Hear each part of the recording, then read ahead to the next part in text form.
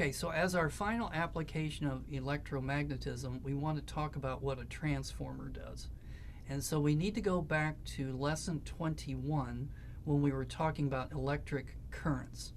And so we had the one that said that the voltage in a electrical system was equal to the current times the resistance.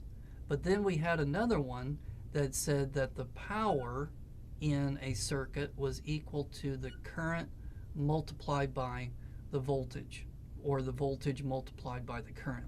Same thing. So this was called Joule heating. And so as electricity goes through a wire, the electrons are constantly bumping into the atoms, and that generates heat. And so this is the amount of heat per unit time that is being generated as the electricity goes through a wire. And we found out that there was another way of writing this equation. And so there was a second form of the equation that said that it was the current squared multiplied by the resistance. And so you got that one if you were to take this voltage right here and you substitute this equation into this formula, you get the second version. The point is, if you increase the current, it increases the amount of heat generated by the wire. That's bad. So we do not want to have large currents in the wires that are going to transmit the electricity from the power plant to your house. So if we want the current to be small, then that means we want to have the voltage to be large. So if we have a very, very large voltage, then that would mean a small current would go with it. So remember, 4 is equal to 1 times 4, but it's also equal to 4 times 1. So if we make the current small, we need to make the voltage big in order to compensate. How big? 10,000 volts. So that the wires that are outside your house are at about 10,000 volts. But you don't want that 10,000 volts to come into your house because you'd be electrocuted. So we need a mechanism that will transform the voltage and will lower it. So we want to lower the voltage, we want to transform it, and that device is going to be called a transformer. Okay, so how does a transformer work? So a transformer is going to have a piece of metal and then another piece of metal over here, and then they're normally connected, and you're going to have electrical current that is coming from the power lines. So this is the voltage. It's at 10,000 volts, and it's going to go through this coil, and then it's going to go back out to the power pole. Over here, you're going to have a second set of wires. So here is another set of wires that's going to go around like this, and so this is coming from your house, and it's going to your house. So this is coming from the power pole. This one over here is going to your house. So as the electricity goes into here, you have to have AC current. So alternating current. You have to have AC. Alternating current has to be in the wires that are coming from the power pole, because only AC has alternating current, which means it's constantly changing. The current I is constantly changing, so that's going to produce a constantly changing magnetic field. So this is going to generate magnetism in this coil over here that is changing. So the changing I, so let's put changing I, the changing electricity, because it's AC, going into the transformer is going to produce a changing magnetic field.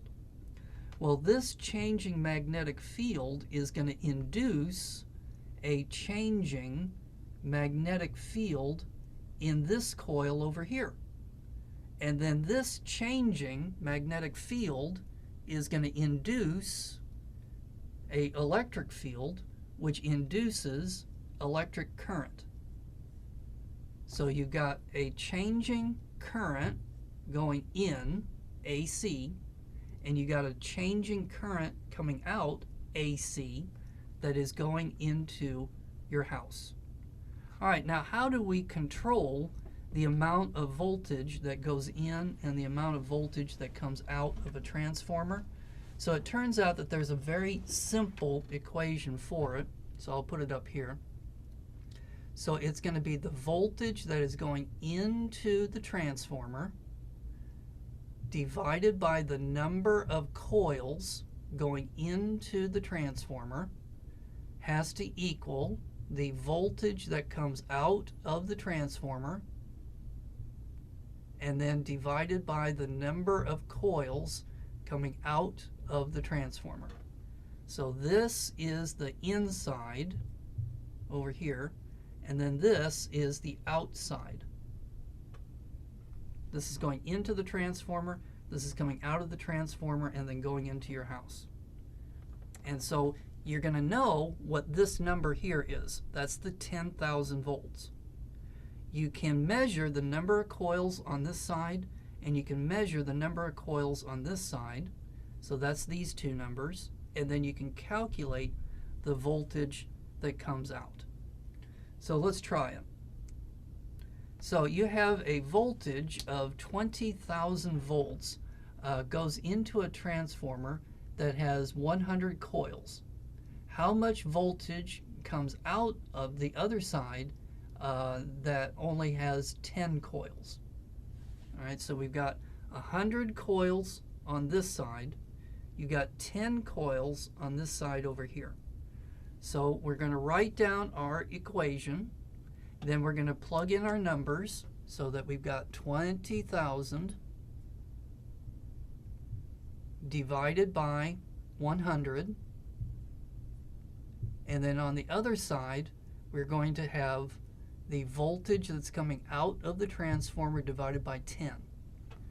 And then we solve it, and then it turns out to be 2,000 volts. So you had 20,000 volts going in, and you had 2,000 volts coming out. So if that was your house, would that be okay? No, because we want to really get it down to around 220 volts if you're in North America. So that's the voltage that we would want to get it down to. And so what we would need to do is either change this number here or change this number in order to, when we do the mathematics of it, we get a voltage that has been cut down even further. Now, we can go even further than that, because we could even, if we wanted to, calculate the amount of current that comes out of a transformer if we know the amount of current I that's going into the transformer, and that's what that second formula down there is. So notice it says current in, voltage in, has to equal current in, or current out, voltage out. And so if we know the voltage going in, and we have just calculated the voltage coming out, so we know the two voltages, and if we know the current going in, we could figure out the current going out. And so this is just conservation of power. This would be saying that the amount of energy per unit time going in has to equal the amount of energy per unit time coming out. Now that's actually not true, because as these coils go in, they generate a lot of heat. And so this is just an approximation for how to figure out the amount of current that is coming out of the system. Don't worry about it. It's not going to be on the exam. Just know the formula that has the red box around it. Okay, so let's take a break, and when we come back, let's summarize what we have just been talking about.